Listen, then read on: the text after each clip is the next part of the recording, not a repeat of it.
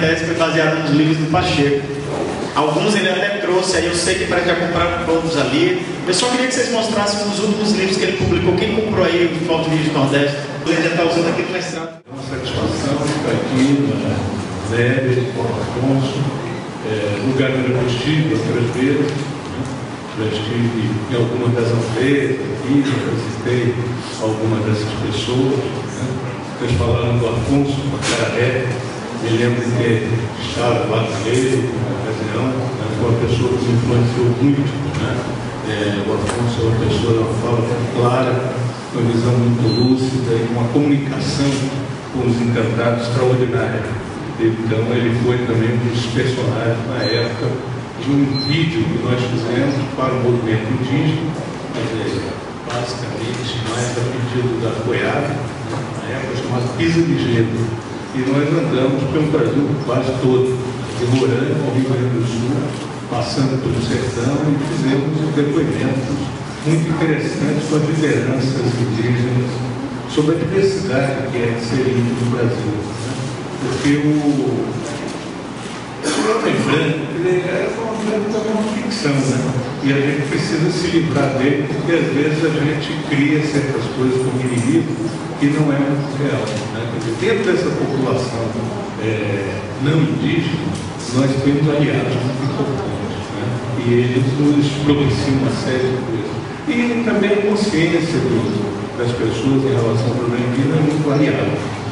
Nós temos uma experiência lá localizada, Alto Amazonas, Alto Solimões, com os índios Ticuna, de criação de um museu mágico, museu que operou diretamente com os indígenas há tem mais de 20 anos, é administrado por eles, então nós participamos da fundação, apoiamos, sempre lá, mas ele é uma responsabilidade, uma iniciativa dos indígenas, apoiada por nós, pelo Museu Nacional.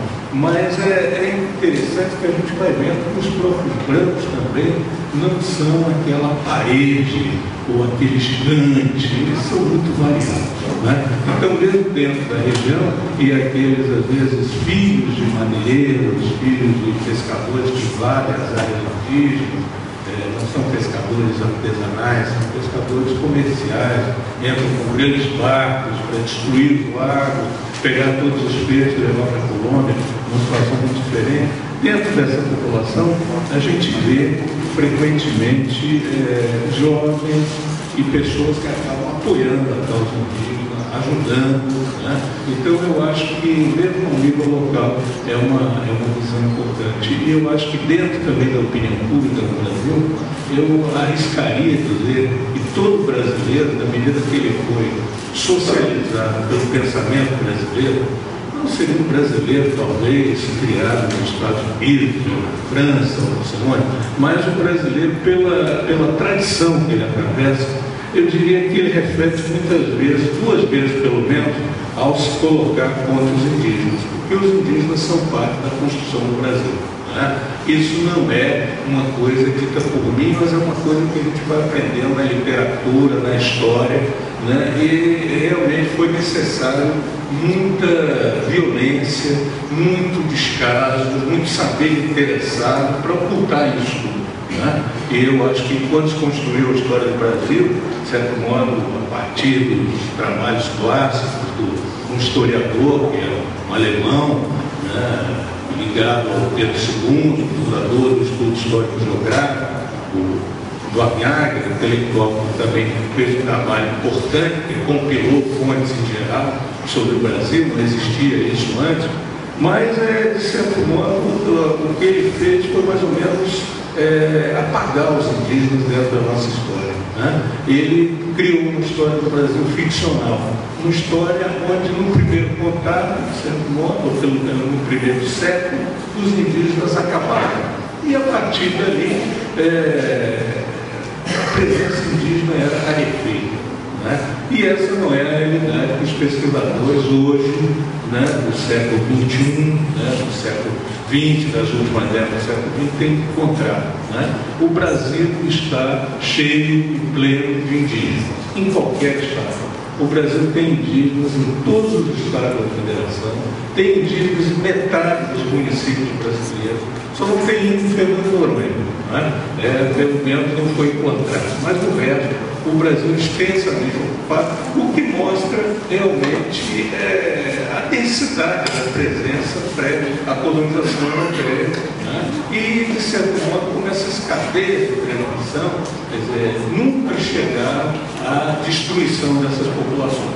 Eu acho que os europeus, quando vieram para a América, os espanhóis, sobretudo, conseguiram, de certo modo, exterminar, ou quase. Talvez nunca se pode imaginar que a história está terminada. Felizmente, a história também pode ter outras viradas. Mas, em Cuba, na República Dominicana, em alguns lugares assim, a presença dos europeus apagou completamente a existência de indígenas posteriores. Não é o caso do Brasil. O Brasil sempre esteve cheio da presença indígena. E ainda usar alguns dados aí para falar para vocês sobre isso. Quer dizer, em 1872, quando foi feito o primeiro censo nacional, a população indígena classificada, a população brasileira classificada como caboclo no Amazonas, caboclo era traduzido dentro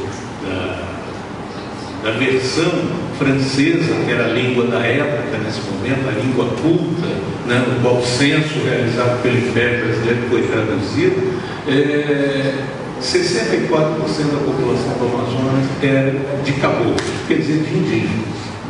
Então, a gente vai vendo que o Estado de São Paulo, mais ou menos na mesma época, uma década antes, por um mapa elaborado por um intelectual importante, na época, católico também, o Estado de São Paulo é dividido em duas partes. A maior delas, ele não mostra a presença de cidades, nem de coisa alguma, só um acidente geográfico. E está escrito em cima, terra de índios bravos. Isso é São Paulo. Quer dizer, o Rio de Janeiro, mesmo capital do Império, quando nós saímos e vamos pelas estradas, vamos encontrar frequentemente aldeia dos índios, uma série de referências na toponímia que nos recordam diretamente a presença indígena. Então, esse país, ele tem uma dívida enorme com a população indígena. E eu acho que é importante também nós conformarmos, de certa maneira, a partir de uma perspectiva sempre onde o indígena tem um papel positivo. O indígena é o símbolo do dono da terra. O indígena é o primeiro brasileiro, que nós chamamos dentro de disposição. Quer dizer, por direitos, pela reivindicação que ele faz no Estatuto do Índio, na Constituição Federal, ele é a população autóctone, aquela população que não foi nem trazida para aqui, ela era a população da terra.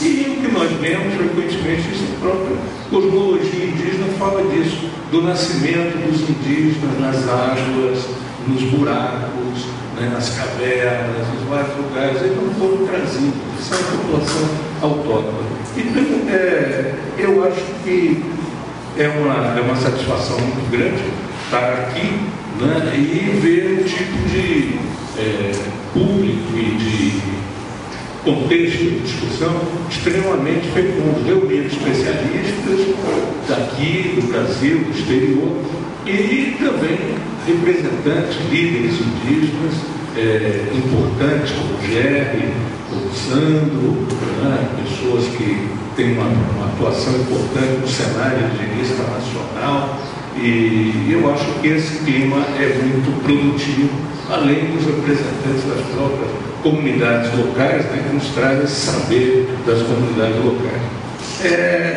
Eu realmente tive talvez não vou falar muito a partir do texto que eu preparei, porque preparar uma conferência sem conhecer muito é sempre uma aposta meio arriscada. O Gerson esqueceu o texto dele lá no hotel. Eu, de certo modo, trouxe, mas eu nem arriscaria de ler ou retomar. Porque, na realidade, no primeiro momento, eu fiquei muito influenciado pela proposta colocada pelo Juraci, pelos seus colegas, que era a ideia de debater a ecologia humana. Quer dizer, a ecologia humana não é um conceito assim, muito usual, não é muito comum. não é que seja recusado, não é muito comum entre a maioria dos antropólogos brasileiros, não é muito conhecido. É conhecido, vamos dizer, a perspectiva ecológica, a ecologia cultural, né, enquanto perspectiva, continua a ser importante, é discutida. E existe muito também a referência da Escola de Chicago, os estudos sobre ecologia, mas não é muito praticado dentro da antropologia brasileira. Então, o meu exercício original foi mais de pensar isso. Certamente, se o Juracy tem interesse, vamos tentar relacionar o tipo de antropologia que nós fazemos com essa proposta da ecologia humana. Não quer dizer que digam exatamente a mesma coisa, mas pelo menos vamos aproximar, vamos negociar, vamos dialogar para ver onde estão proximidades, diferenças, tensões.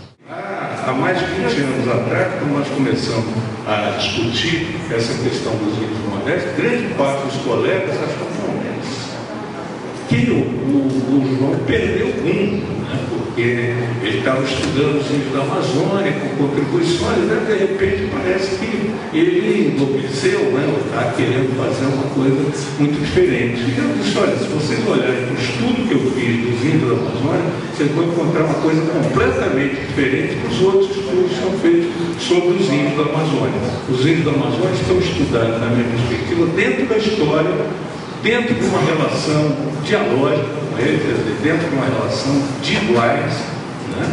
Eles são ouvidos, eles fazem parte dos meus textos, e os meus textos fazem parte da luta que eles desenvolvem. Então, é uma relação completamente diferente de livros que são escritos simplesmente para serem publicados no exterior e dialogam apenas com uma bibliografia e que não pensam em nenhuma repercussão social. Eu acho que são formas completamente diferentes de fazer. Acho que o que o Juracy nos chamou a atenção, né, nós não lutamos apenas nos momentos em que nós estamos participando das ocupações, participando dos atos acuáticos. Nós estamos lutando, nós estamos organizando a bibliografia do nosso curso, né? Quando nós estamos discutindo com os alunos o que eles acham que é antropologia, o que acham que é índio, o que acham que é quilombola. E nós somos também, na hora que nós estamos participando das chatíssimas reuniões do Conselho Universitário, de departamento, da CAPES, do CNPq, porque se nós não estivermos lá, as coisas não vão caminhar mais próximas do que são, né? Eu acho que se vive um contexto em relação ao Brasil, acho que é importante também entender as dificuldades que se passam em muitas áreas, né? As lutas concretas dos povos indígenas, em alguns casos, não estão caminhando, estão profundamente colocadas em segundo plano, estão sendo negociados interesses, etc.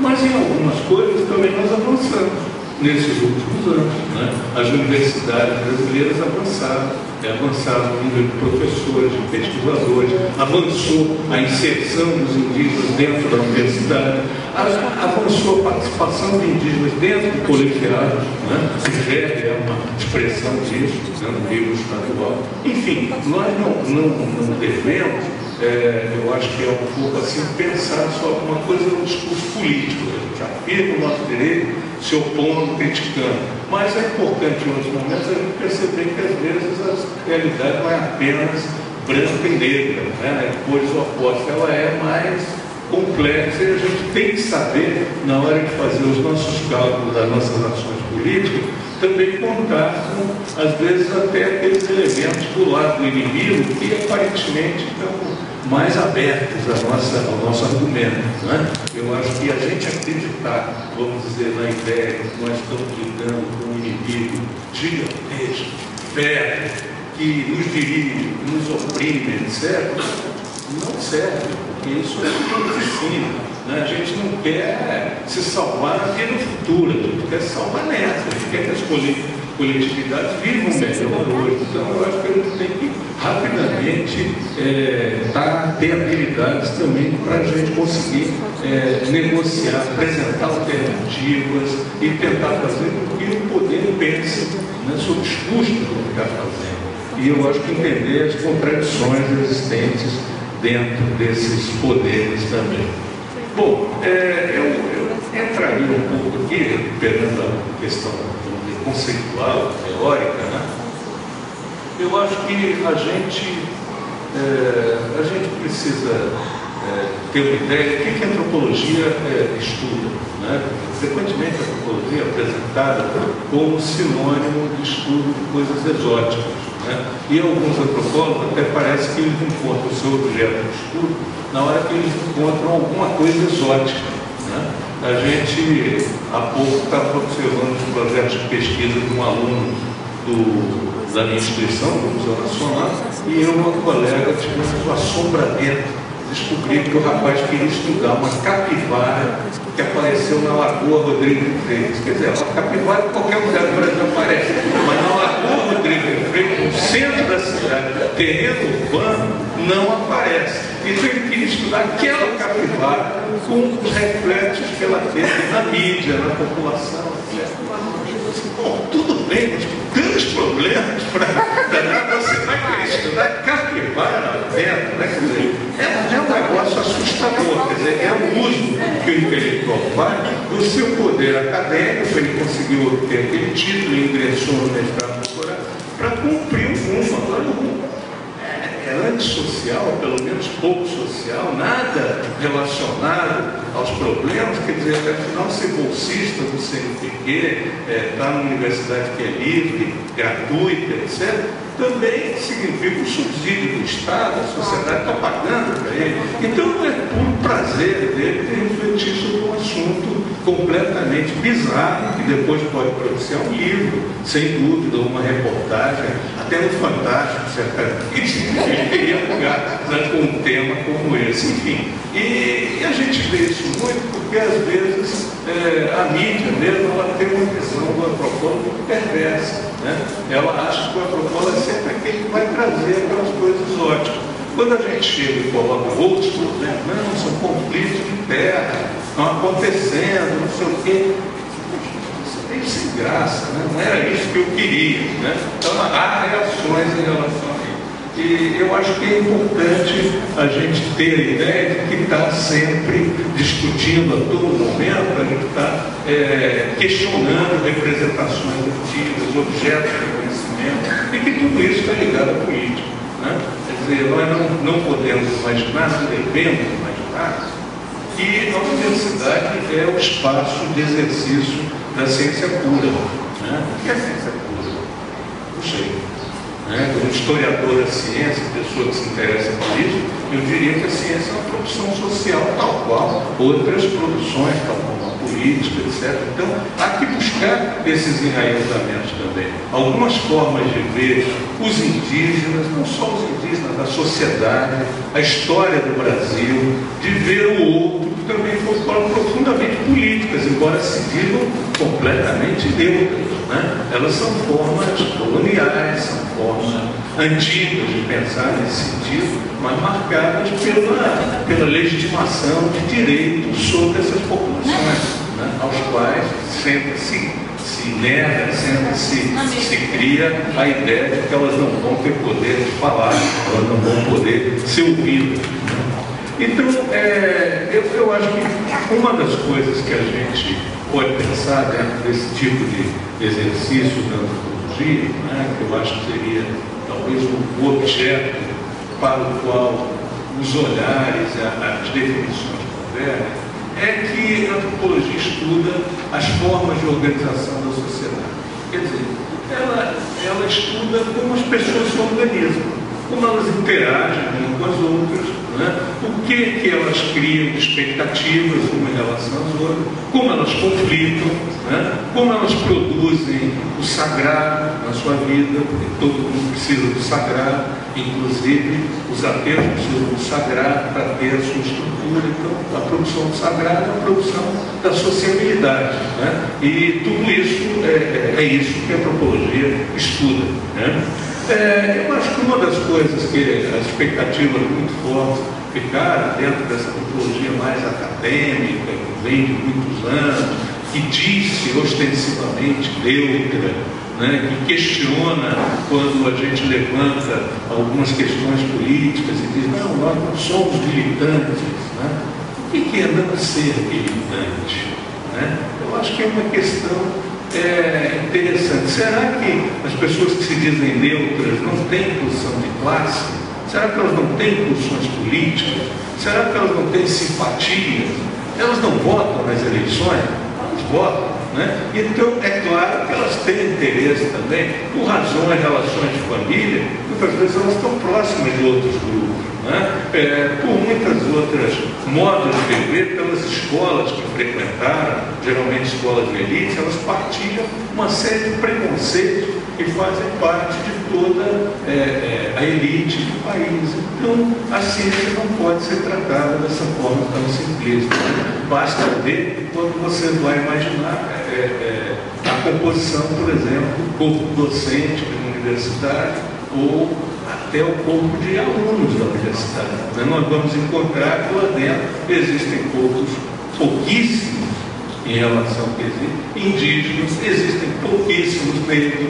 Né? Então a gente vai ver que é todo um funil de exclusão social que está operando para que aquelas sociedades valorizem e atuem em plena sintonia com a elite. Né? São mecanismos inconscientes, as pessoas não estão a todo momento marcando. Não quer dizer que todos partilhem daquilo. Existem alguns que se sublevam e procuram assumir outro ponto de vista. Mas, vamos dizer, a tentativa é de empurrar a boiada por aquele caminho. Né? É fazer com que as pessoas tomem aqueles pressupostos como a verdade. E uma dessas coisas é imaginar logo uma visão da sociedade como marcada apenas pela norma. Né? Quer dizer, a sociedade é uma norma. Dentro da sociedade todos pensam uma coisa única. A sociedade é aquilo que é a comunidade. Né? Se fala muito o termo de comunidade, que circula na sociedade com uso de direita e de esquerda também, ele dá essa ideia de que a sociedade é como fosse uma comunidade. Bom, o modelo com que a gente trabalha dentro das nossas tentativas de análise social, ele não reconhece essa ideia, ele trabalha também com o conflito, com uma dimensão fundamental da organização social. Né? Existe desde uma tradição mais famosa da sociologia, né, a ideia da coesão social como um fator fundamental. Então a ideia é que dentro da pessoa, quando surge o conflito, é uma patologia, que a pessoa não está bem. Se a sociedade tem conflito, significa que ela está precisando ser tratada, que aquela parte ruim precisa ser removida, porque o funcionamento dela é um funcionamento único, só de acordo com uma orientação única, com uma norma única, consistente, coerente e lógica. Eu acho que não é assim. Para o olhar do pesquisador, os conflitos são fundamentais. A sociedade só é viva porque nós trabalhamos com essa ideia dos conflitos. A todo momento existem os conflitos. Existem os grandes conflitos de classe, existem os grandes conflitos internacionais, existem os conflitos no âmbito regional, existem os conflitos no âmbito ético, existem os conflitos no âmbito familiar. Então, o antropólogo, como alguém que pesquisa objetos que estão na história, ele tem que lidar com o conflito em muitas dimensões. Né? E o conflito é, para ele, um elemento fundamental, porque ele revela relações sociais. Né? O conflito, eu diria que tem uma visão sempre. Alzeri falou um pouco do interesse em relação ao direito, do estudioso do direito, e o Gênero falou também do clássico, né, do Maquiavel também, dentro do pensamento político. Mas dentro da ciência política tem sempre a ideia do contrato social como fundador de uma sociedade. Né? Quer dizer, veja um contrato, o termo contrato, né? Que é alguma coisa, contrato não é a dívida, não é a reciprocidade, contrato é alguma coisa que norteia as operações comerciais. Né? Então é uma ideia, ao mesmo tempo que se institui parlamento, democracia, se institui também a economia de mercado. Né? São processos análogos. né? De certa maneira, nós não estamos trabalhando apenas com a fabricação da política, mas também com a economia, com os mercados, onde se quer ter apenas um indivíduo que é um comprador e vendedor. Essa é uma ideia presente. A ideia do contrato, ela é uma coisa profundamente relacionada a isso. A ideia de que cada sociedade tem um contrato formador e que aquele contrato precisa ser respeitado para sempre. Acabou. Antes se acreditava na história do Ocidente que as sociedades eram organizadas pela palavra primeiro pela palavra divina, né, depois pela palavra do rei, que era o representante da divindade, e aí se torna uma nova coisa, um novo coletivo. O coletivo é esse do contrato, né? E essa é uma visão profundamente equivocada também, porque na realidade, algumas vezes a gente incentiva, né, de nosso trabalho, das nossas posições, a quebra de contratos, né? Porque se o contrato é lesivo para o mundo, ele tem que ser desrespeitado, né? Quer dizer, muitas vezes, no caso da Amazônia, a gente vê acusações contra antropólogos, contra engenheiros, etc. Não, as nossas relações com os índios eram excelentes. Depois que apareceu um antropólogo, apareceu um missionário, aqui é que tudo melou, né? Porque antes era muito boa. Não. As relações deles eram péssimas com os índios, né? Eu acho que o antropólogo, o missionário, simplesmente foram porta-voz de direitos que eles acabaram tendo e foram aliados com a recuperação desses direitos. Então, há situações em que contratos precisam ser quebrados, né? Eu acho que, em termos realistas, falando ligados aos movimentos sociais também, há situações em que o movimento precisa de qualquer lei, né? E que o movimento tem que fazer tomadas de estradas, tem que fazer ocupações, porque senão não há iluminação. Isso não quer dizer, nem em alguns casos, que não haja da parte de algumas pessoas do governo simpatias em relação àquilo, né? Uma vez uma colega nossa que trabalhou com o movimento sem terra, ela dizia que não haveria a reforma agrária no Brasil caminha a passos de casa, né? Mas ela disse que se não fossem os movimentos sem terra e outros aí, ela não caminharia de jeito nenhum. E que muitos funcionários do INCRA, do Ministério, etc., têm ideia. Então, ao invés deles resolverem se contrapor às ocupações, eles usam a ocupação até como instrumento para pressionar o aparato administrativo, para pressionar o judiciário, onde geralmente o poder é menor, né? E eu acho que ele precisa ter uma ideia assim da quantidade de poder voltada contra os interesses dos índios, quilombolas, pescadores. É um poder muito simplista, né? Porque não é possível imaginar que hoje alguém que está dirigindo o Estado seja capaz de conceder direitos ou negar direitos, né? Não é uma questão simples. Quer dizer, claro, como esperança, assim, como voto, é uma opção, mas na realidade o Estado é uma máquina extremamente complicada, né? Sentar dentro da máquina não significa que você vai comandar a máquina, né? A gente vê situações, no caso do Brasil, né?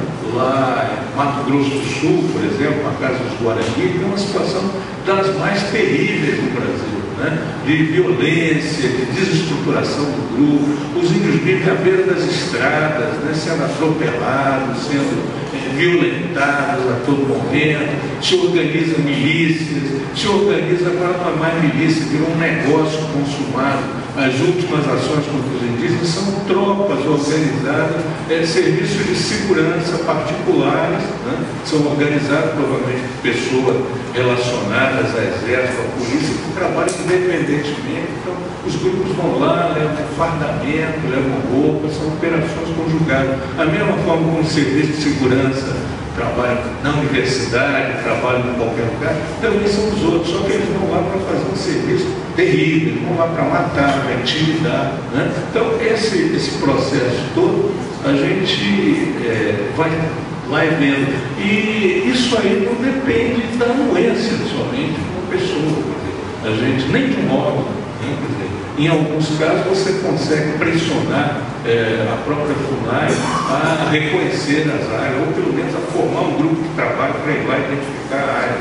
Não, o grupo vai com os antropólogos que os índios querem, vai, as pessoas de confiança. Os resultados do trabalho não viram nada. Ou quando viram, né, quando são aplicados, a FUNAI reconhece, o judiciário manda retornar. Né? Quer dizer, são situações extremamente complexas, né, para isso. E não é possível você imaginar que o poder todo está centralizado na mão de uma única pessoa. Então, eu acho que é importante a gente ter essa ideia da complexidade do Estado. Né? Nós não podemos, na nossa estratégia política, recuperar aquela visão religiosa do Deus, do diabo. Né? É uma coisa muito mais complexa. Né? E a gente precisa, em algumas horas, bater forte, em outras a gente precisa cobrar algumas coisas para serem respeitados direitos fundamentais, que às vezes estão escritos dentro dos programas, estão escritos dentro até da biografia de algumas pessoas. Eu acho que tem que ser cobrado mesmo. Né? Acho que não devemos, de uma maneira, recuar em relação a isso. Mas eu estava falando da questão dos modelos, né? Dos modelos de análise. E isso sempre trabalhando com modelos chamados modelos de conflito, né? Modelos que têm outra origem dentro da sociologia e da antropologia, aqueles modelos que viriam de Marx, de Weber, de Simmel, enfim, de uma outra modalidade de sociologia. E onde, de certa forma, a sociedade também é organizada através de relações assimétricas. Né? Existem modelos de dominação que precisam ser trabalhados. Né? Quando nós pensamos, por exemplo, sobre a atuação da FUNAI em relação aos indígenas, talvez uma geração anterior, Darcy Ribeiro, alguns que trabalharam na linha do Darcy, falavam muito de uma ação humanitária para os índios, etc. Nós nunca falamos disso. Nós sempre dizemos que o indigenismo foi também, como o regime tutelar, uma forma de dominação sobre os indígenas. Né? Não é que os indigenistas fizeram maravilhas em relação a eles, eles também criaram uma série de problemas. Então, nós só podemos trabalhar criticamente isso, tirando essa ideia de grandes salvadores. Né? Não é Rondon, não é o Vilas Boas, que garantiram aos indígenas as suas terras. Né? Frequentemente, quem conseguiu garantir foram até os caciques locais fazendo aliança com eles e com outros. Né? E tentando, com uma sabedoria bem grande, manter aquelas terras em seus controles. Então, eu acho que a gente precisa trocar essa história dos grandes nomes, sobretudo dos grandes nomes brancos. Né? A sociedade brasileira estava mais avançada em alguns aspectos que hoje ela está, o mundo está mais avançado. Então, eu acho que a gente precisa sair dentro dessa ideia evolutiva também que caminha para coisas assim.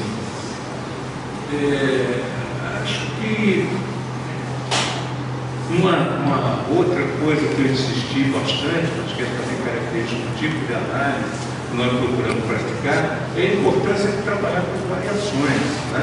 Isso é forte no caso dos índios, mas também, obviamente, é forte no caso de quilombolas e de populações tradicionais que são um arquipélago de configurações sociais muito diversas. Né?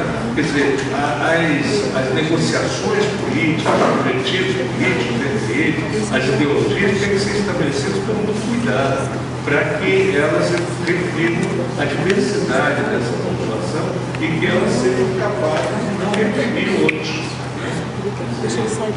Uma vez vi uma situação, né, delicada dentro de determinadas comunidades indígenas. Né?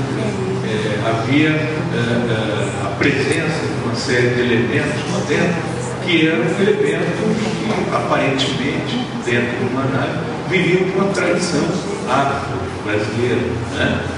Preto velho, não sei o quê. E aí você vai discutir, né, com alguns jovens até bem intencionados, no movimento indígena. Isso, o que a gente faz? Isso é alienação, né? eu acho que é complicado a gente pensar também que é a relação, né? A história não deixa. Eu vi agora recentemente um filme, né? Um para-choque do caminhão que tem uma sabedoria extraordinária. Eu acho que era para ser pensado e colocado até no início do filme brasileiro, né? Ele diz que viver é desenhar sem borracha, né? Então, sem borracha você não apaga as coisas, você tem que correr atrás do erro, né? Você começou a desenhar, você vai costurar um pouco. E os pais nossos, os pais das populações locais também fizeram isso, né? Desenhar sem borracha. Então eles estão incluindo as coisas, e daí vem as fusões que você já falou, né? As absorções de entidades, de ritos, de músicas, etc., que não são nada escuras. O problema é escuro lá na visão do bispo da província, escuro de não sei o quê. Para os indígenas, o que se acredita é a sua cultura.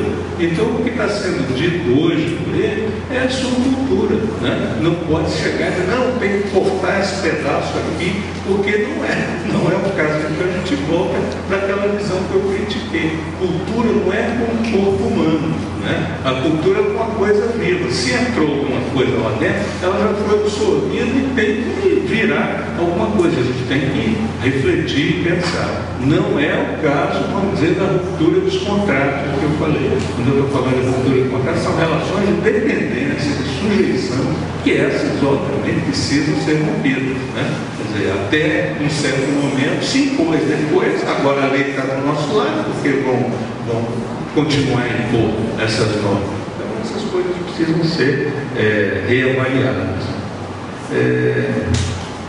Eu acho que, enfim, são alguns dos instrumentos, aí essa ideia do processo de territorialização que nós colocamos, que foram coisas bastante vivas para serem analisadas. E elas podem explicar um pouco, para ser fiel à minha orientação inicial, que eu falei de comparar Amazônia e Nordeste, né? Sertão mais especificamente. Eu acho que às vezes são colocadas pelos próprios antropólogos, por muitos antropólogos, umas visões que levam a separar radicalmente os indígenas. Os indígenas da Amazônia, então esses são aqueles que têm a cosmologia, a língua, a estética, não sei o quê. E essa visão entra em muitos lugares, uma visão completamente equivocada. Nós estamos trabalhando com populações que eram pré-existentes, que estavam aqui quando os colonizadores chegaram, não só portugueses, mas também franceses, espanhóis e outros conflitos. O rumo dessa população foi uma coisa que resultou desses processos todos, né? Quando nós vamos comparar os índios do Nordeste com os índios da Amazônia, a primeira coisa que a gente tem que fazer é datar a época da colonização. Quando foi conquistada a região da Mata Atlântica? Né? Quando? Né? A gente vai ver isso tudo foi século XVI. Lá, Mendes Sá, já o terceiro governador-geral, fez guerra a todo, teve em Porto Seguro, teve em Pernambuco, ele fez guerra em todos os outros para liberar, e outros fizeram no Ceará, fizeram na Paraíba. Então os portugueses realmente conquistaram aquela coisa, né? A conquista do sertão, ela foi uma coisa muito mais lenta. A conquista do sertão vai acontecendo no âmbito do século XVII e XVIII. Comparando, por exemplo, o diretório dado pelo Pombal, o impacto do Pombal, da lei, né? O Pombal, na verdade, não preparou uma lei para todo o Brasil, porque o Brasil era, na época, duas colônias. Havia a colônia da Amazônia, que era a Amazônia e Grão-Pará, e havia a colônia do Brasil. O Pombal preparou essa política de expulsão dos missionários, né, para a Amazônia, né? Ele não pensou para ele. A aplicação na Amazônia foi ruim em certos aspectos. Se diz que a economia evoluiu, né? A produção evoluiu, os índios que estavam mais reunidos dentro daqueles aldeamentos saíram dos aldeamentos, teve alguns impactos. No caso do Nordeste, a aplicação disso foi a mais, uma pura rapina. né? Os caras que eram indicados como executores dessa política foram para as áreas para distribuir os rebanhos, para distribuir tudo que havia coletivo, que os missionários tinham conseguido ampliar, né, estabelecer, e distribuir tudo isso em particular. Então foi uma verdadeira rapina. Esse livro que vocês mostraram contém vários artigos sobre isso dos lugares mais diferentes, né? São os funcionários indicados pelos governos foram para destruir as posses coletivas daquelas populações, transformar tudo isso em posses privadas. O diretório de índios no Nordeste foi uma roubalheira do tempo, né? Quer dizer, pura e simplesmente não teve nenhuma finalidade política de Estado, né? Ele não tinha nenhum projeto atrás de si. Então, as diferenças são marcadas. No caso da Amazônia, essa, vamos dizer, entrada agressiva de branco lá dentro, ela só vai acontecer com mais força a partir do estado da Amazônia, a partir de 1850, quer dizer, quando começa a produção de borracha a ter preços importantes no mercado internacional. Quem ocupa a Amazônia não são os funcionários, é a borracha, né? É a borracha com os altos preços no mercado internacional que faz com que os empresários, as casas exportadoras vão recrutar pessoas do Nordeste, sobretudo no Ceará, para levar para ocupar a Amazônia. É esse o grande fluxo. Antes, a Amazônia tinha poucas cidades, quase todas elas originárias das missões, e uma população basicamente indígena. Quer dizer, é essa a regressão do quadro. É uma regressão muito mais recente, né? São menos de, quando eu falo essa 64% que existia no Amazonas para hoje, são menos de 150 anos. Menos de 150 anos, hoje os índios são quanto no Amazonas? Sei lá, 2, 3%, né? Chegaram a 64 a 3%. Coisa acontecida dentro daquele período. Mas as outras populações já estavam sofrendo outros processos durante o período anterior, né? Nesse momento, a população indígena do Nordeste já não era uma população tão numerosa, em função de todos os processos que passou, quanto era no século XVI. A capacidade deles de enfrentar a população não era a mesma. A população já estava, em grande parte, com relações comerciais, com articulações estabelecidas com os quilombos, que fugiam de dentro das fazendas. Já era uma outra realidade assim totalmente diferente. Então eu acho que isso leva a uma construção de terras indígenas, de territórios completamente diferente, né? Eu acho que no caso da Amazônia, como houve grande quantidade de terras disponíveis, né, as terras indígenas reivindicadas e até demarcadas agora pela FUNAI, né, são terras agora, estou falando 30 anos para cá pela FUNAI, são terras que não estão recuperando as posses ancestrais dos índios, não. Elas estão recuperando geralmente as posses que os índios tinham antes da entrada da borracha na terra. O que os antropólogos conseguem trabalhando com os índios, recuperar a memória, não é uma memória de 4 séculos, é a memória apenas daquelas áreas antes que chegassem às frentes da borracha para tomar conta daquela área. Os territórios indígenas, embora 18% da Amazônia é legal, mas certamente em 1850 eles eram muitíssimo mais que 18%.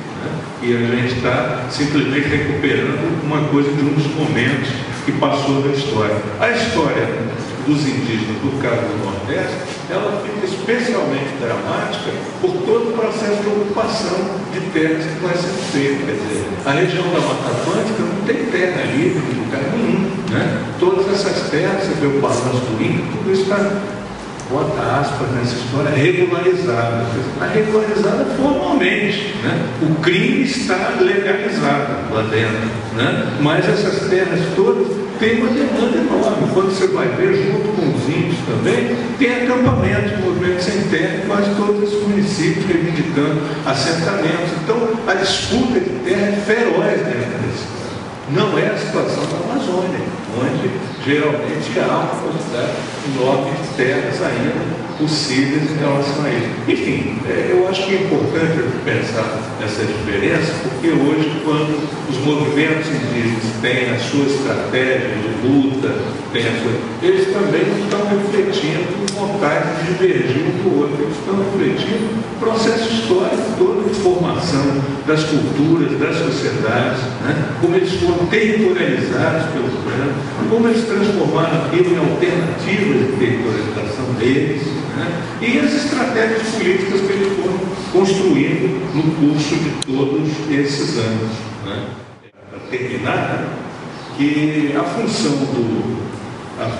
talvez do antropólogo, do cientista, ele é meio parecida com a de qualquer técnico. Ele fabrica alguns instrumentos de produção de conhecimento, né? São instrumentos diferentes, claro, do que os pajés dentro das aldeias, bem diferentes, né? Quando o pajé, o líder, etc., ele está formulando, ele está pensando no discurso com eficácia política direta. O discurso tem que mobilizar as pessoas para fazer ação, né? O discurso do cientista, ele tem que ser mais um discurso, vamos dizer, de encontrar diferenças, de dissecar, né? Ele não é uma coisa no sentido de agir, ele oferece elementos para ação política, né? Acho que é mais basicamente isso que ele pode fazer. E eu acho que nesse sentido, uma coisa que a gente vem percebendo nos últimos anos é que os próprios indígenas estão sentindo necessidade desse discurso científico também.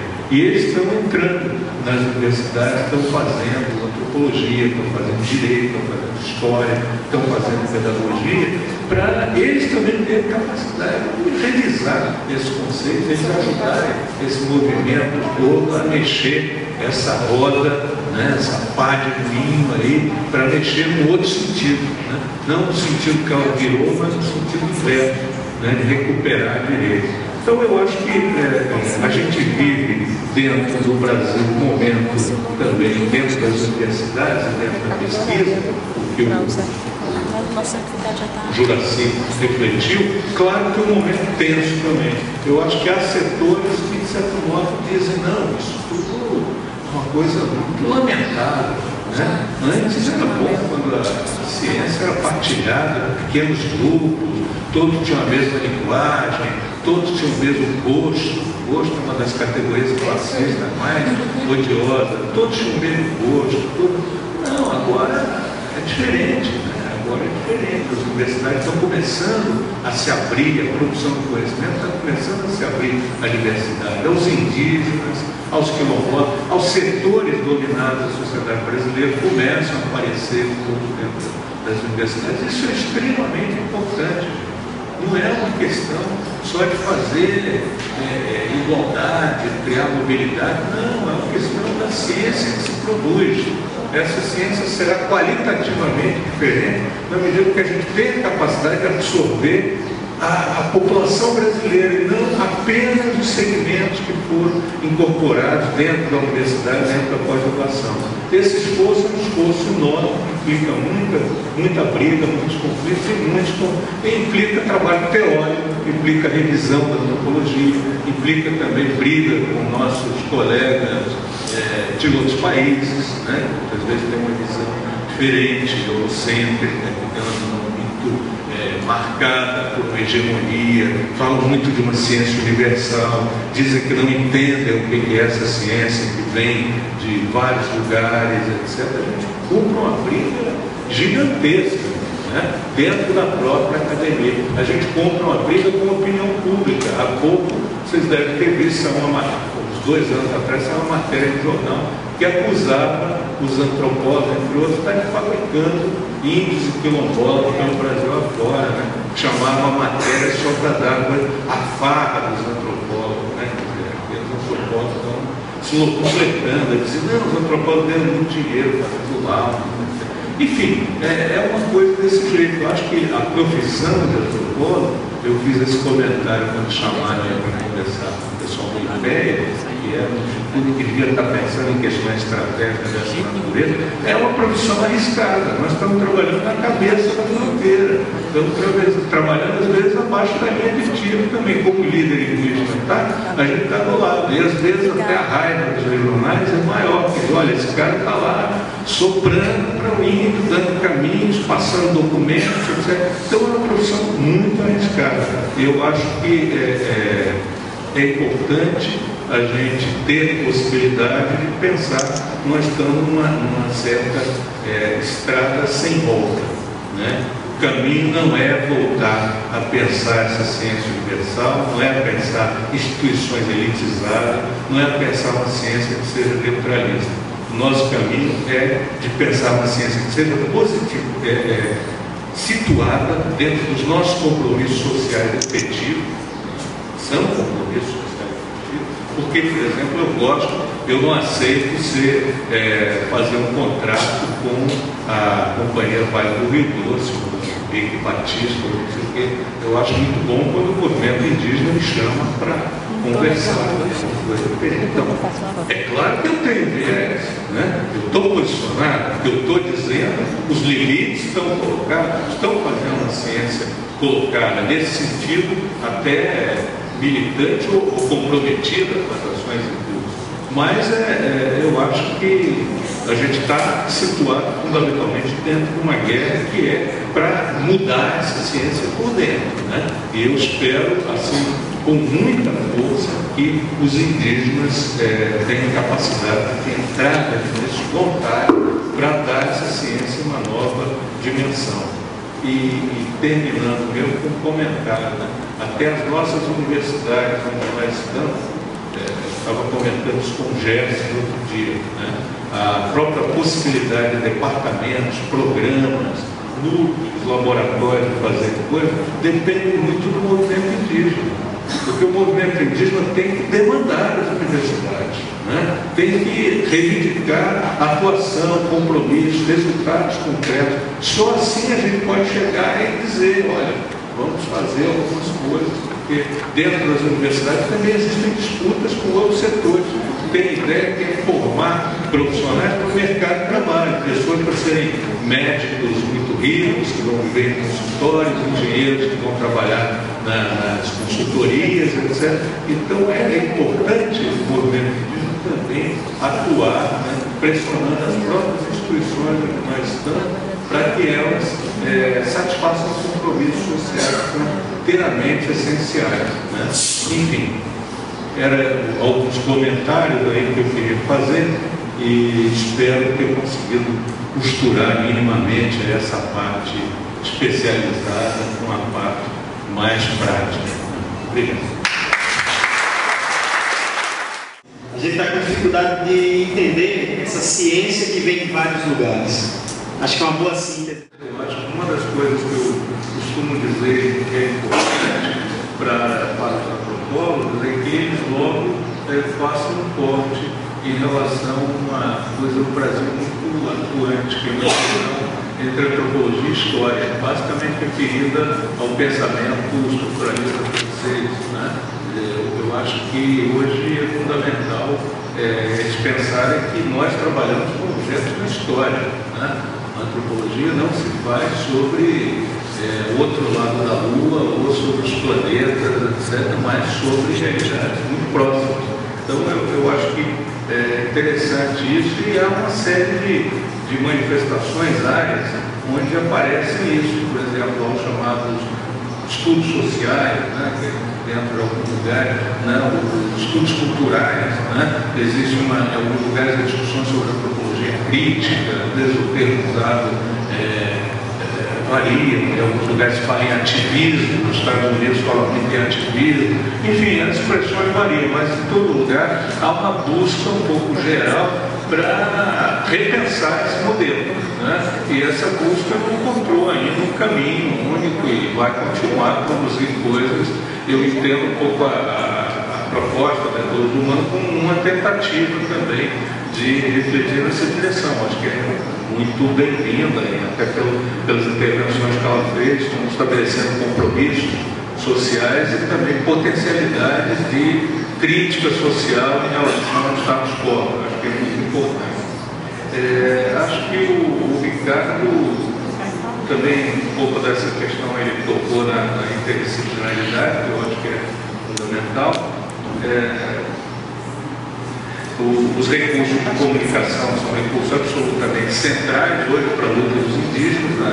O caso mais emblemático, por exemplo, seria o caso de por que não foi dizimada pelo exército mexicano a atuação do exército zapatista. Certamente a mídia teve uma importância enorme e as imagens mandadas para o exterior do líder, de bandeiras, etc., foram fundamentais. Eu acho que elas continuam a ser, não no México, mas hoje no Brasil. Nós participamos da reunião brasileira de antropologia, organizada pela Comissão de Assuntos Indígenas, uma atividade sobre Belo Monte, e o jovem indígena que estava lá mostrou, né, para a plateia, assim, as cenas de que eles estavam ocupando a área do canteiro de obras. Né? Então é uma coisa impactante, mesmo para a imprensa que vai lá e não quer ouvir aquilo, porque a imprensa está comprometida com esse interesse. A imprensa recebe propaganda de organismos privados e públicos que estão comprometidos com essa política. Então ela não acha muito bom veicular determinadas coisas.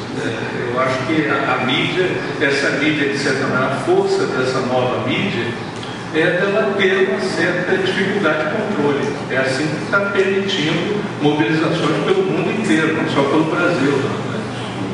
No Egito, Nova York, na Espanha, etc., ela tem uma certa capacidade de escapar desses elementos. Então, acho que é lógico que ela precisa ser usada pelos indígenas. E eu acho que queria também usar isso como um paradigma em relação à própria presença dos índios na universidade ou em qualquer lugar. Né? Eu acho que não há muito como se pensar que haja alguma coisa pura, né, neste mundo. Eu acho que os índios estão dentro desse contexto, eles estão também dentro da nossa sociedade, eles compartilham das lutas e das esperanças da sociedade melhorar e compartilham também das suas epistemologias. Não podemos ter um pouco a consciência de que, sei lá, podemos estar interferindo negativamente. Nós precisamos criar espaços de liberdade para que eles se coloquem. Né? Nós vamos ouvi-los, né? E não começar a ter medo de agir, porque nós podemos interferir sobre eles. Eu temo um pouco, às vezes, quando ouço algumas reflexões, não podemos interferir, temos que deixar lá, porque me parece colocar uma posição meio neutralista, que não é o caso. Né? É importante a gente mudar a relação com eles. Né? Não acho, às vezes eu ouvi até essa coisa das novas epistemologias usada de um modo muito reacionário. Quer dizer, de certa maneira, os indígenas são colocados como aqueles que são diferentes. Então eles vão ser exemplos cristalinos da diferença. Mas às vezes eles não querem falar da diferença. Eles querem falar conosco exatamente problemas que comungam conosco. Né? Uma vez, uma visita ao Museu Nacional, convidei a liderança a visitarem as nossas reservas técnicas. Não sei se talvez até o Santos estivesse lá nessa ocasião. E um índio da Amazônia, em certo momento, viu o material que tinha do povo dele, etc. Uma moça lá disse: você não quer fazer uma exposição aqui sobre o grupo Sapé da Amazônia? E ele disse: quero, mas eu não quero falar das festas, eu quero falar do projeto de Guaraná que nós elaboramos. Ele que é uma museóloga, ele ficou bastante frustrado na ideia da questão de cintura. Não, vamos fazer, etc. Então tem que deixar os índios falar do que eles estão querendo, porque existem certas coisas que não são feitas para dialogar, mas são feitas para dialogar. Então acho que às vezes é bom ter um pouco essa dimensão de eles governarem a relação. Assim, eu sei quanto isso é difícil em muita disciplina. Né? Acho que nas ciências humanas nem tanto. São erros que alguns colegas fazem, funções autoritárias, etc. Mas em alguns outros lugares é muito difícil. Eu tive experiência algumas vezes com médicos, com advogados, a estrutura é tão hierárquica que parece que não se mexe. Né? E eles dizem coisas que a gente não consegue entender. E do ponto de vista do etnocentrismo. E quando a gente questiona, ele diz: mas eu não sou antropólogo, eu não sei o que. não é antropólogo, mas é etnocentro. Então como é que vai ter presença indígena dentro da universidade se você se comporta dessa maneira, né? Você precisa revisar aquilo. Então eu acho que para isso também uma boa dose de interdisciplinaridade, de discussões dentro do departamento pode ser útil também. Não é só, vamos dizer, revisar o direito à medicina em relação ao indígena, é revisar mesmo. As bases sociais dessa disciplina são completamente desconhecidas, né?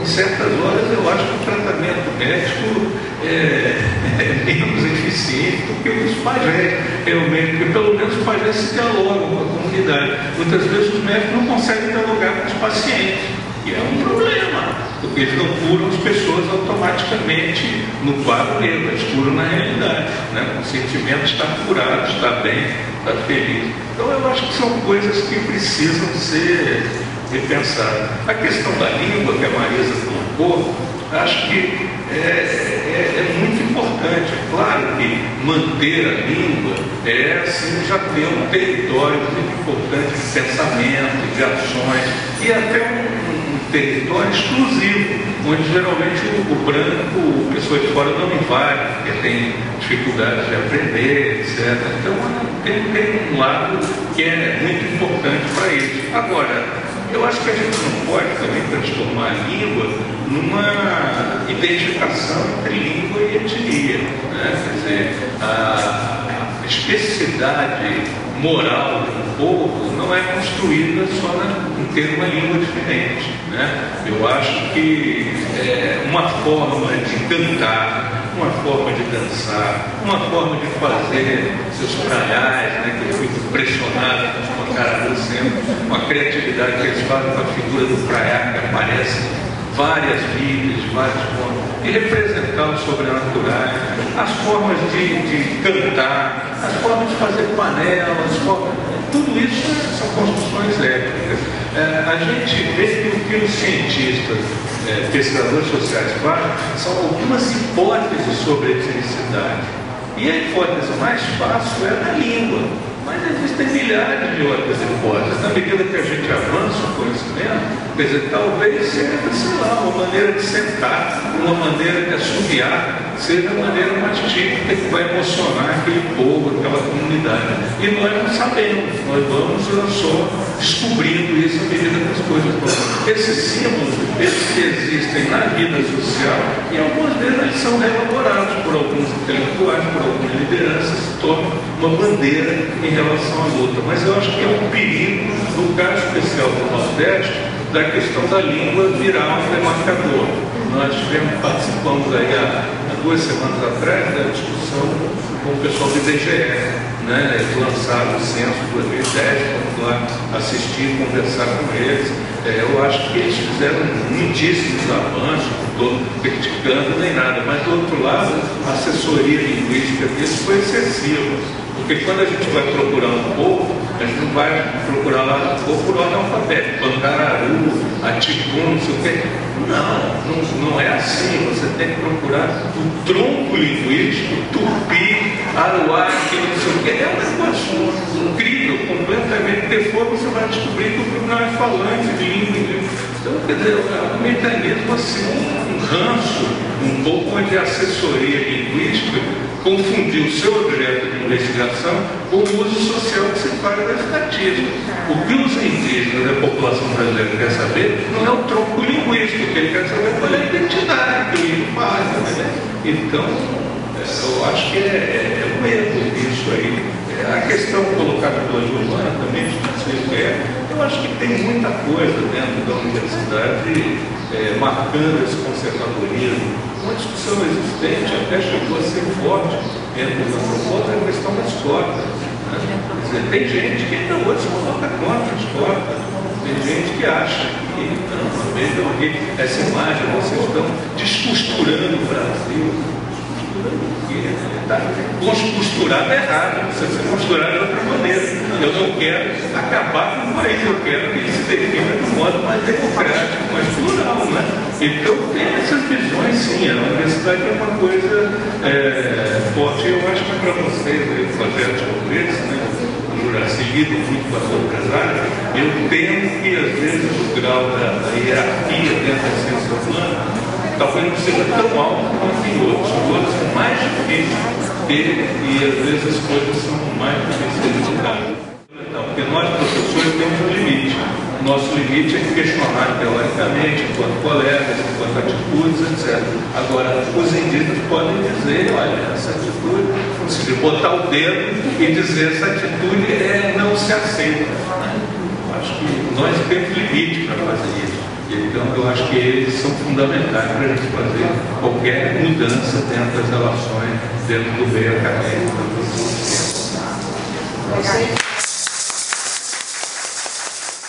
A minha relação com os indígenas, quando eu vou a uma aldeia, fazendo uma pesquisa, não é com a FUNAI, não é com o CNPq, nem é com o Conselho de Ética da minha universidade, é com liderança local, com o movimento indígena, etc. Aquela pesquisa é aceitável, é útil, né? Quais são os padrões que nós vamos ter em relação a isso. Ela é uma autorização dada pelos indígenas, não pelo Conselho de Ética. Eu posso muito entender, quer dizer, nesse sentido, talvez eu esteja refletindo algumas experiências concretas que eu conheço e talvez está sendo usado de um modo reacionário, eu acho que tem que ser otimista, né? A minha impressão é que, no caso, na maioria, os antropólogos não, quando fazem outras pesquisas que não na área humana, na área de médica, geralmente eles ignoram, fazem a pesquisa via o que existe é autorização via FUNAI ou via o CNPq, né? E em todo caso sempre a gente diz que trabalha conosco que essa não é a autorização fundamental, essa é a autorização para evitar problemas, às vezes com o chefe de posto mal-humorado ou com algum funcionário delegado local, mas a autorização fundamental da negociação é ser feita nos líderes locais, né? Quer dizer, o que aquela pesquisa significa, o que ela vai trazer, como ela pode ser conduzida. Eu acho que isso é fundamental. É importante até explicitar isso, porque eu não tenho qualquer sentimento corporativo em relação a defender antropólogos em princípio. Só pode ser defendido aqueles que fazem coisas defensáveis. Né? E uma das coisas mais sérias a ser pensada é a questão do próprio segredo. Né? O antropólogo não pode ser nunca alguém que vai descobrir segredo. Ele tem que ser alguém que ajuda aquela comunidade a elaborar estratégia, para fazer pesquisa. Né? Se tem um segredo, é uma coisa que incomoda de um modo extremo. O material que o antropólogo tem, ele é um material pelo qual ele tem absoluta responsabilidade política, inclusive. Né? Tive uma jovem estudante que fez a pesquisa lá na Serra do Padeiro, Babal, né? Grande líder, Babal, e uma das coisas que eu dizia para ela, você não está terminando o trabalho, não é só uma tese para ser defendida, você tem que fazer uma peça política também. Deus tem que ser lido como um recurso da luta da comunidade. Então, eu acho que tem essa dupla leitura também que o antropólogo tem que cuidar. Eu acho que é muito fundamental que ele pense. Hoje, todas as peças, as teses antropólogas são lidas apenas pelos estudantes, são lidas por advogados, são lidas pela imprensa, pela FUNAI, e as pessoas que querem buscar argumentos para detonar os índios, para dizer que há facções, que há rivalidade, o movimento é falso, que há 50 anos ele não se dizia indígenas, enfim, as interpretações são de todo tipo, absurdas. Então, quando a gente escreve, a gente não pode pensar somente na academia e nos que fazem a ciência igual que nós queremos, nós temos que pensar no que quer distorcer o que está vindo, porque ele não pode ser alimentado